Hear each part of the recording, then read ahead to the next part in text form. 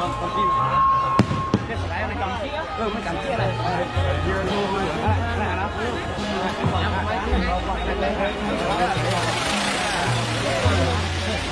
ดีนะ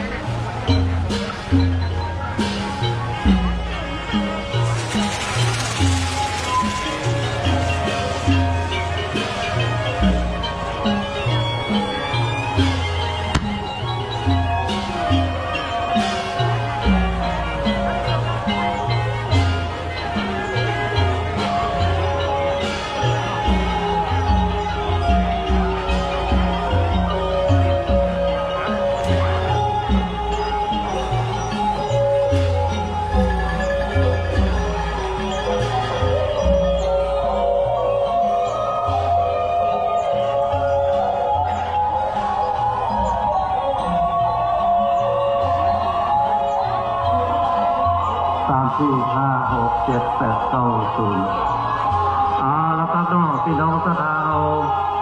ลากกันมานะครับเนาะเดี๋ยวประสาทจะอยู่ตอนนี้ประสาทจะอยู่ตอนนี้ก่อนนะครับจะเข้าได้ขนาดใดสุปีเข้าได้เปล่าได้ก่อนนะครับพอได้คำนะครับว่าตำบลจะปนกับปนนะครับ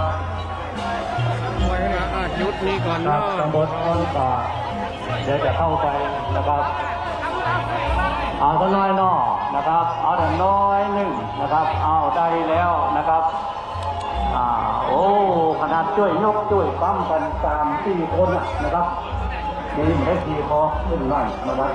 โอ้เอาละครับเรานะครับใส่ลากต้องสูตรยาของเราแล้วนะครับวันนี้จะเป็นเมนที่เฮาแปลงเอาไว้สำหรับตัวเจ้าเฮาโดยเฉพาะนะครับก็คือแปลงเอาไว้เพื่อส่วนคอมมาหน้าแหมน้อยส่วนมา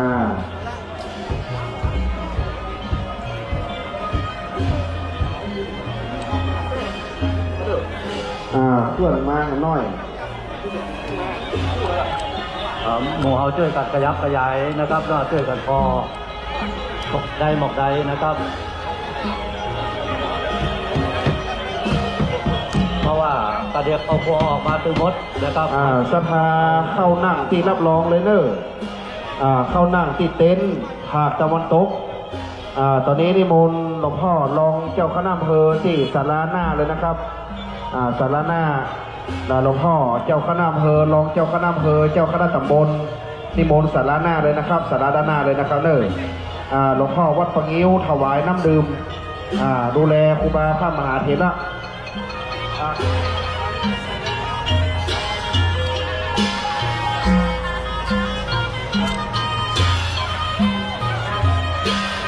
ช่วยกันฝากกองของวงแห่ส่งสการมาก็ได้ตั้งในประลามถามเต็นท์นะครับ